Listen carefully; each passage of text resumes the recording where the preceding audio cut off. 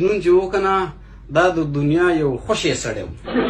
خوشې سړی ځکه و چې نو سره د چې ګوړې غم و، نو سره د بل څه غم و، خو دغه خوشې به ګرځېدو را ګرځېدو او څه خو د لیلا هغه پلار هم بې غیرته و، دې څه بې غیرته و ته دې چل به وله خوند ورکوو که نه لکه راوځه پسې یو سوله وړی واچې پاسه د مرداري بچیا راغلی دا ځای ناست یې پیمان که بیا رالي دلته کې د باندې وخېږم خو هغه به هم دغې چل خوند ورکوو. او مجنون خو څه کار مار به نه کوو دله تر سعودي ویزه والا چې دی ثابته ورځ سخي په شانتي ښکته به د اشاره کې وزغلي او بره وزغلي او ماښام دېرې ته راشي انډیوالان دې کرایه هم غواړي او انډیوالي ته هم غواړي او یو انډیوال ورته پکې لا ووایي چې هلکه مجنونه کپیل ته پسې یوروپ ورکړي دي په دغه ټایم کې پسې ته بیا راشه او ته دته ووایه هلکه مجنونه لیلا راغلې ده او تپوس دې کوي ته د خبرې بیا وره دی به وایي چې خدای دې تام تباه کړي او خدای دې هغه لیلا هم تباه کړي دلته موږ پسې یو سته د لیلا سره غم دی. خو لکه دغه بېروزګار دا ټول دغه شی و دا شقان چې و که نه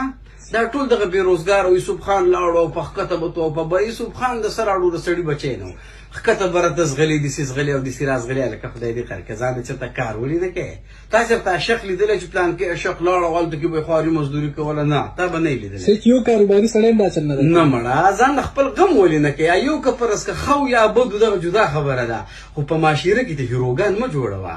یو سړی نه غواړي چې زما زوی دې د مجنون په شانتي شي او یا د یوسف خان په شانتي شي او که نه یا دې زما لور لیلا شي او که نه نو چې ته خپل بچی په دغې شکل کې نه قبلې که نه د دین هم موږ ته هیروګان مه جوړوئ. دا نورې مسلې لګي دي سړیا راغلي دغې شي یو شی راوستی مجنون ښکته او مجنون بره دا څه په ګډوډو سر یې